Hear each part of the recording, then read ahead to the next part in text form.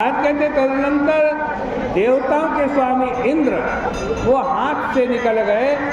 उस समय भी इस शरीर को बिना हाथ का कहा गया, लेकिन वो गिरा नहीं। तब भी वह सुनता, खाता, पीता, बोलता, सूंघता, देखता और चलता हुआ। उसके बाद तेजस्वी में श्रेष्ठ श्री सूर्य नारायण नेत्र से निकल गए। तब उस शरीर को अंधा कहा गया, लेकिन शरीर गिरा नहीं। तब भी वह सुनता, खाता, पीता, बोलता, सूंघता, जीवित है, चलता है। तदनंतर नाक से अश्वनी कुमार देवता निकल गए। तब भी उसको सूंघने की शक्ति से रहित, प्राण शक्ति रहित कहा गया, लेकिन वो शरीर गिरा नहीं। तब भी वह सुनता है, खाता है, पीता है, बोलता है, जीवित रहता है। अंत में कान से दिशाएं निकल पड़ी, किंतु तब भी उस शरीर को बहरा तो कहा गया, लेकिन वो आज पहले के समान सब काम करता है, वो मरता नहीं, तब भी जीवित रहता है, खाता है, पीता है, बोलता है, सूंघता है। आज कहते तत्पश्चात वरुण देवता जिह्वा से निकल गए। तब इसे आज अरसज्ञ मधु, आम्ल, लवण, कटु, कषाय इन रसों का ज्ञान नहीं है, यह कहा गया। लेकिन तब भी वो शरीर जीवित है, चलता है, फिरता है, खाता है, पीता है, सब काम करता है। तदनंतर विभु तथा वाणी के स्वामी अग्नि देवता से वाणी से निकल गए। तब भी इसे लोग मूक, गूंगा तो कहने लगे, लेकिन शरीर गिरा नहीं, वह चलता है, खाता है, पीता है। आज कहते हैं श्वास प्रश्वास लेता। तत्पश्चात बोध ज्ञान स्वरूप भगवान रुद्र मन से निकल गए। तब भी इसे लोग मूर्ख तो कहते हैं, लेकिन शरीर गिरा नहीं, जीवित रहते हुए चलता, बोलता, श्वास प्रश्वास लेता, ज्ञान युक्त भी है। तत्पश्चात सबसे अंत में उस शरीर से कौन निकले? प्राण देवता निकले। और जैसे ही प्राण देवता निकले वो शरीर गिर पड़ा, वो हिलता डुलता भी नहीं है।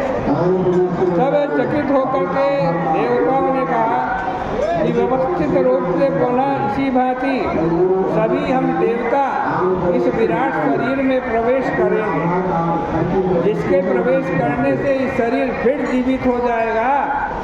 आज उसी को हम सबसे बड़ा देवता मानेंगे, योगराज मानेंगे। फिर क्रम से सभी देवताओं ने आज भगवान के विराट के शरीर में प्रवेश किया, लेकिन शरीर उठा ही नहीं। लेकिन जब प्राण देवता ने शरीर में प्रवेश किया तो शरीर जीवित हो गया, उठ गया।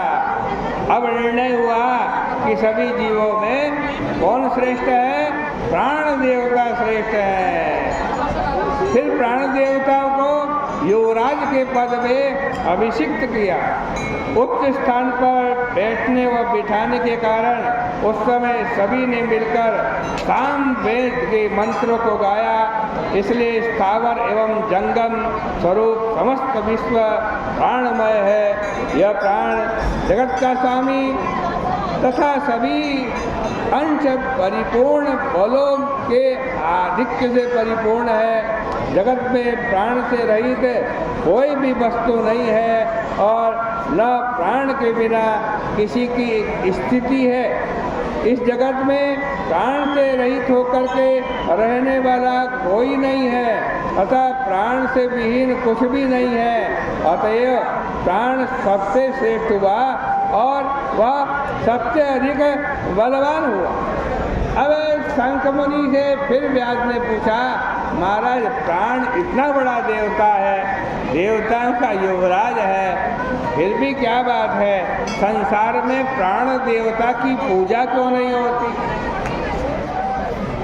संसार में सभी देवताओं का मंदिर है, प्राण देवता का मंदिर क्यों नहीं? तब शंख मुनि ने कहा, देखो जब प्राण युवराज पद पर अभिषक्त हो गया तब प्राण देवता ने प्रसन्नता के साथ अनामय व्याधि रहित भगवान विष्णु को प्रसन्न करने के लिए अश्वमेध यज्ञ करने की कामना से वो गंगा जी के तट पर गए और हल से वो भूमि शुद्ध कर रहे थे। उसी समय वाल्मीकि के भीतर छिपे अनेक बोलियों के सहित समाधि में स्थित महामुनि कर्णव जी आज उनका सिर प्राण देवता के द्वारा चलाए गए हल से टकरा और जब ऊपर हल खींचा तो हल के साथ साथ कर्णव ऋषि भी बाहर निकले। उन्हें बड़ा क्रोध आया और उन्होंने प्राण देवता को शाप दे दिया और कहा कि आज से तीनों भुवनों में तुम्हारी महिमा प्रसिद्ध नहीं होगी, विशेषकर भूलोक में न तुम्हारा मंदिर होगा न तुम्हारी पूजा होगी। तुम्हारे आज अवतार तीनों जगत में प्रसिद्ध होंगे। इस प्रकार मुनि कर्ण द्वारा कहे जाने पर वायु ने प्राण देवता ने क्रोध करके उन्हीं के अनुसार कहा, मैं तितिक्षु सहनशील तथा निरपराधी होते हुए शापित हुआ हूँ, इसलिए हे महाबाहो कर्ण तुम अति शीघ्र गुरुद्रोही हो जाओ तथा लोक में तुम्हारी गति निंदित हो। इस प्रकार सदा गति वाले प्राण ने कहा, तभी से महाप्रभु प्राणदेव की महिमा लोक में विशेषकर पृथ्वी पर प्रसिद्ध नहीं हुई, न उनका कोई मंदिर है।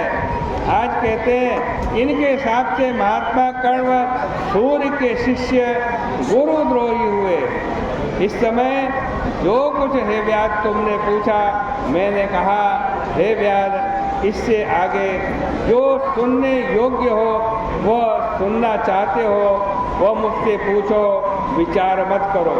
इस प्रकार से आज श्री स्कंद पुराणे वैशाख महात्म्य नारद अम्बरीश संवादे वायु शाप कथनम नाम 19वाध्याय, ये 19वें अध्याय की कथा, इसके पुण्य को हम भगवान श्री के चरणों में अर्पित करते हैं।